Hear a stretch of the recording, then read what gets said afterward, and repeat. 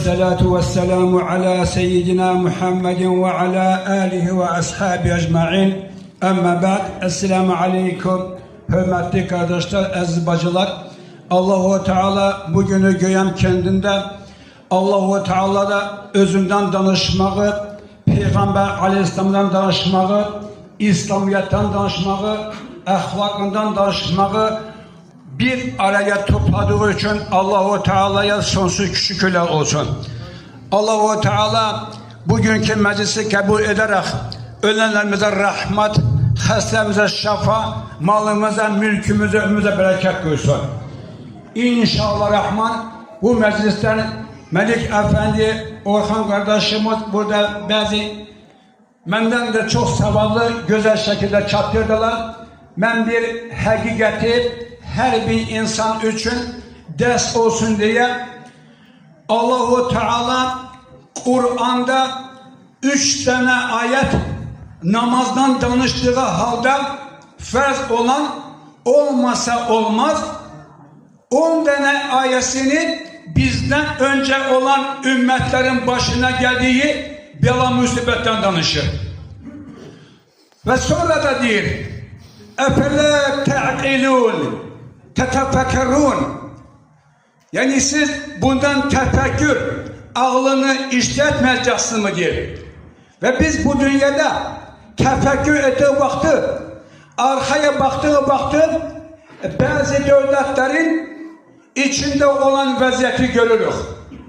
Dünden birisi günü gül kimi, saray kimi evleri olan insanlar, 2-3 tane magazini olan, 2-3 tane pahalı maşın olan insanlar, bahçe olan insanlar, her şeyin en değerli olan nimetten birisi sudur. Olmasa yaşayış yoktur. Ancak bu nimet insanlara zahmet oldu. Seller basıp, kentler, şehirler suyun altında. Bunu biz görüyoruz. Allahu Teala onlara yardım eylesin.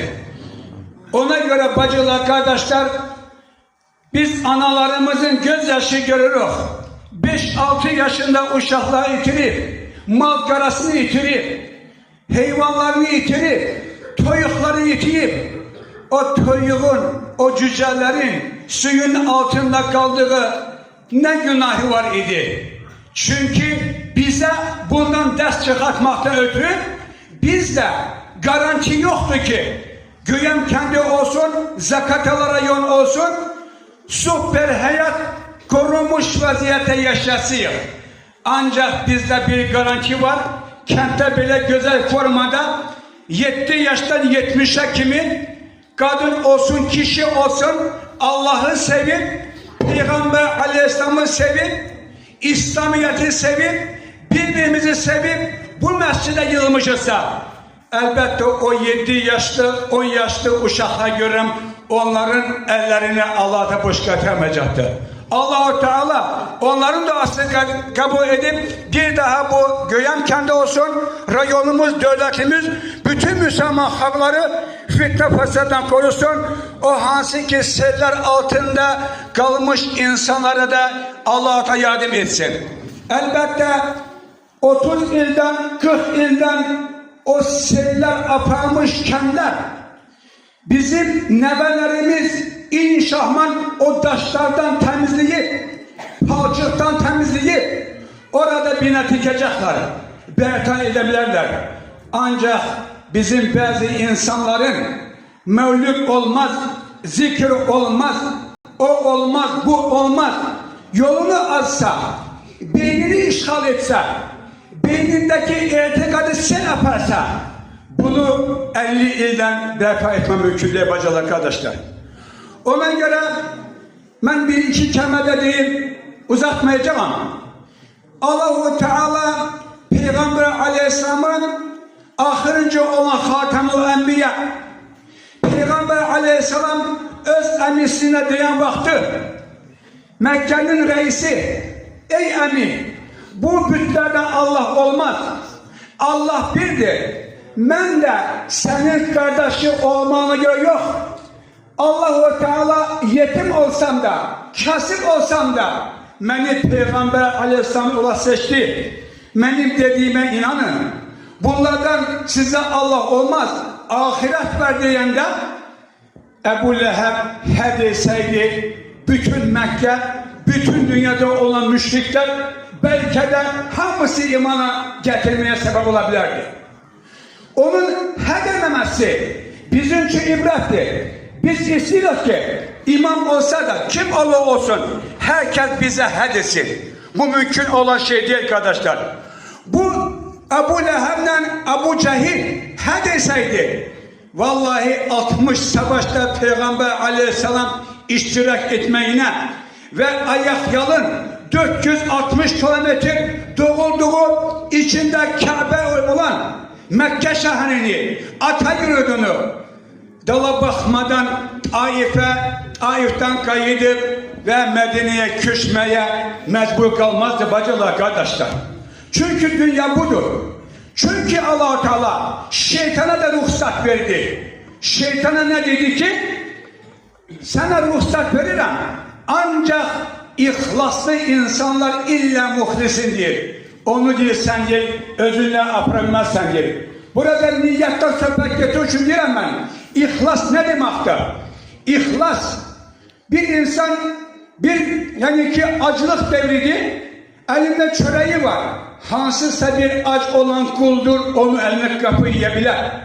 Veyahut da ağzına koymuşsan ağzından da çıkarabilir. Ancak me'deye gönderilen sonra forması değişti. Oradan çıkartmayacaktır. İhlas kalbinden, ruhundan Allah için, Allah razılık için, riya için değil. İhlas budur kardeşler, bacılar. Bir insan İslam dini sonuçta neyi emir edir? Başında elbette namaz, oruç, zekat, hac bu ana temelidir.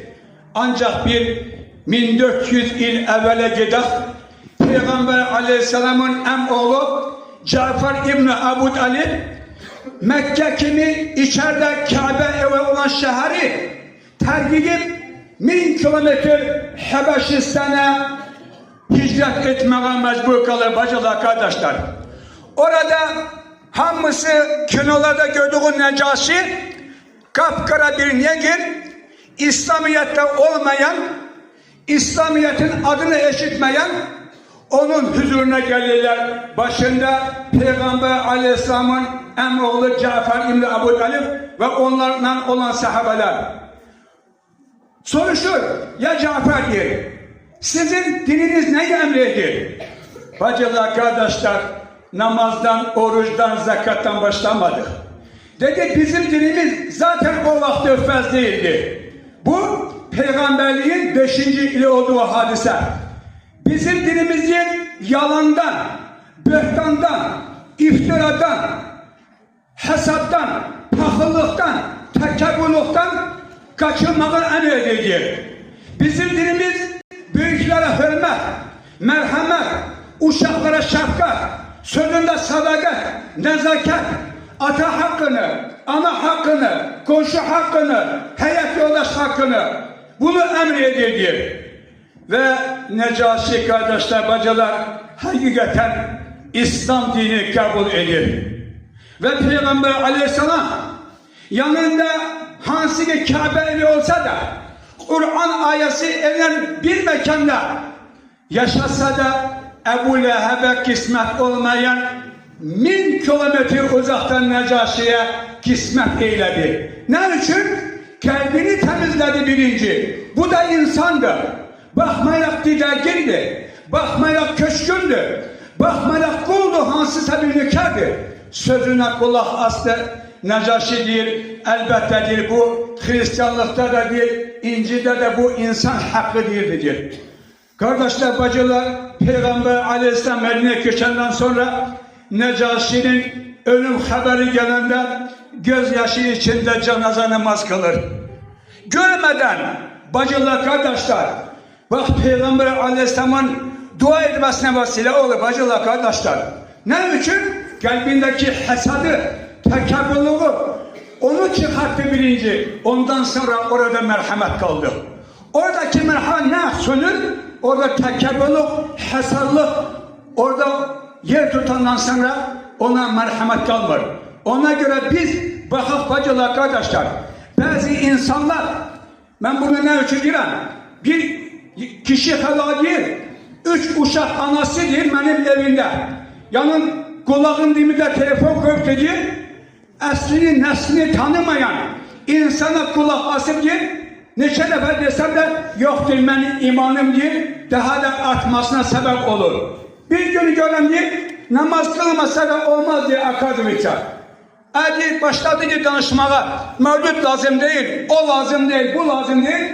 O insanın sözüne, onun güzel kaşlarına, onun sesine, özünün boy buxuna aşık olup da adam, onun dediği şey, onun için bir taşı üstünden yazıldığı ayet kimidir bacılar, kardeşler. Elimizde, evinde yaşa insanlar məhv olur. Onlar da təbliğat edir, anadır bu ana. Uşağın birinci müəllime beyni işgal edenden sonra o ailede etikadı korumak olan mı bacılar, kardeşler? Vallahi ben yine de deyirəm, bir insan özü ister ferdi olarak namazını evi yoktur. Ayşe saraya taraf kılsın sehre gibi. Onunla işimiz yoktur. Ancak namazımızı Ayşe saraya kılmak dedim mi problem oradadır. Tebliğat etmesin. Tebliğat etmeye imam var, okumuş insanlar var. Allah da onlara ömrüne bereket koysun. Oradan buradan telefondan tanımadığı insan kulak asın. Biz uşaklarımızı, kendimizi, ailemize inanalım. Allah-u Teala bu meclisi kabul etsin. Allah-u Teala hepimize buradan Allah razı kalacak şekilde çıkmayın. Allah razı kalacak şekilde yaşamayın. Allah razı kalacak şekilde kıyamet